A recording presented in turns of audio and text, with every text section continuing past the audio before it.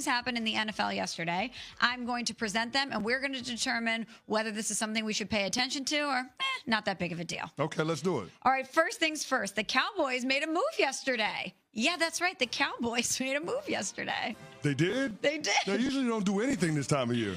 Well, they got a talent yesterday. Okay. They got a backup quarterback for Dak Prescott, Joe Milton III.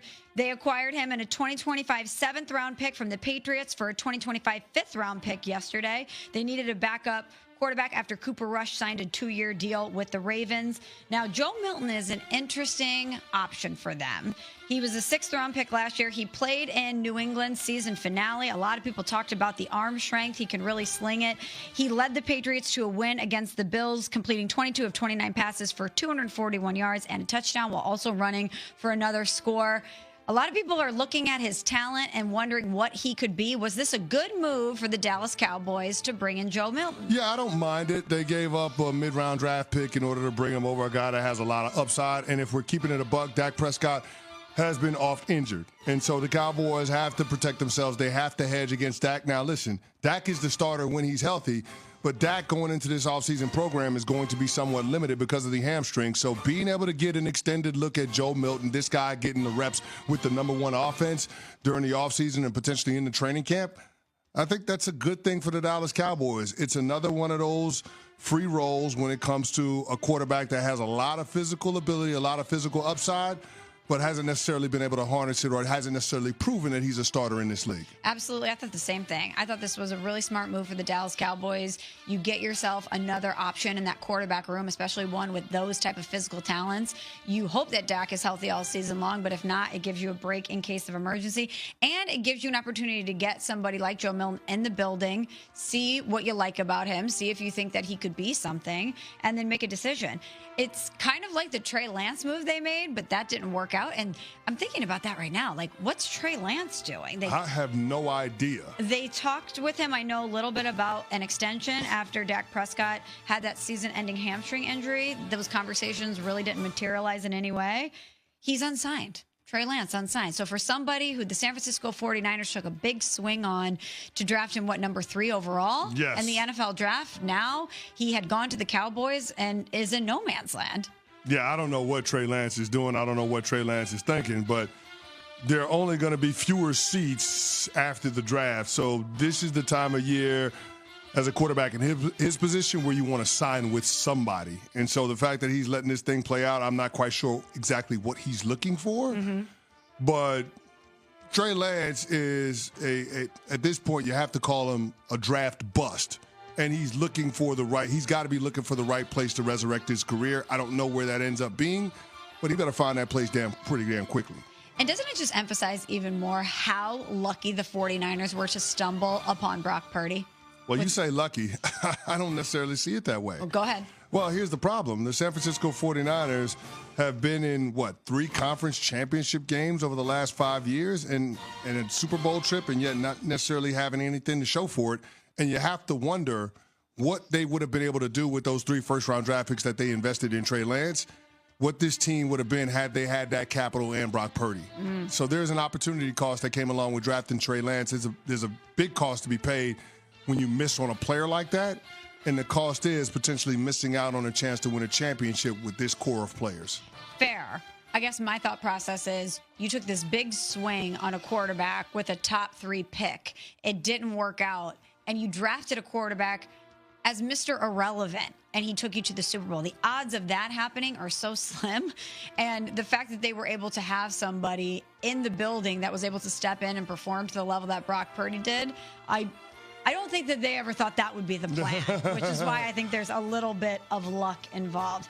Okay, let's go on to the next thing, CC. Something or nothing.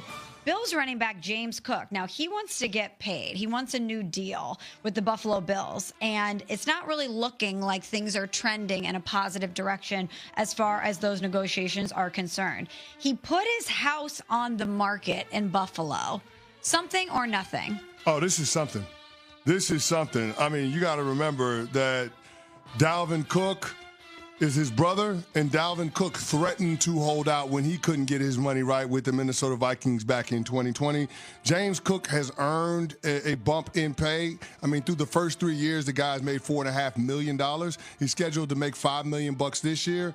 I mean, he's been 1,000-yard back each of the last 2 seasons, 18 total rushing touchdowns, and then, of course, 24 total touchdowns.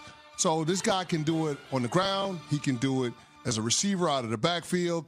This is a security blanket for Josh Allen. And quite frankly, this is somebody that allows you to get the best out of Josh Allen because he can turn around and hand the ball off to James Cook and, be able to put himself in favorable positions, being able to being ahead of the sticks, being ahead of schedule. So for a lot of different reasons, I love the idea of taking care of James Cook. I'm not sure what him and his camp are looking for, but this is one of those contracts that the Buffalo Bills need to think long and hard about trying to get done sooner rather than later because of the importance that James Cook has to this team.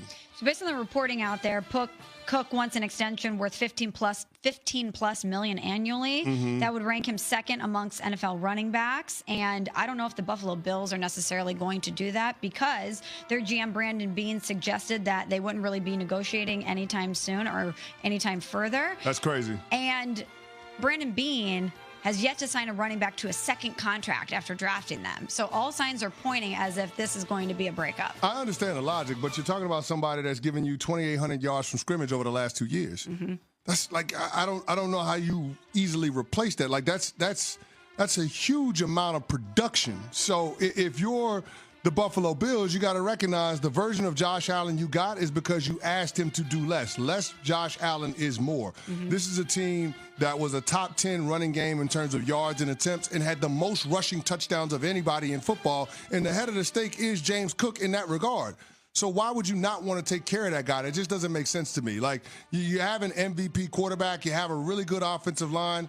Make sure you have balance on the offensive side of the ball, being able to run the football with James Cook, as opposed to asking Josh Allen to play hero ball and create opportunities for more turnover-worthy plays. And I know that the running back position has been devalued a bit over the past few years, but coming off the season that we had where Derrick Henry popped off, Josh Jacobs, and, of course, Saquon Barkley, it kind of reinvigorated the way that we look at that position. And we got to put James Cook in that conversation, okay? Because James Cook had 1,000 yards rushing, and he only had 200 attempts. This dude gets busy. We got to put... Market's been reset. The Cardinals and Trey McBride agreed to a 4-year, $76 million extension, $43 million guaranteed. The annual average value of $19 million, that tops Travis Kelce's previous high at the position. Now, McBride didn't score a touchdown until his 15th game, but was a Pro Bowler for the first time in his career. McBride was second to Brock Bowers in targets, receptions, and receiving yards among tight ends last year. His 111 catches ranked second in a season in team history. And since entering the league in 2022, he's dropped just 2 of his targets, 296 to be more specific. The lowest drop rate among players with at least 200 targets in that span. Kyler's happy. Geno Smith.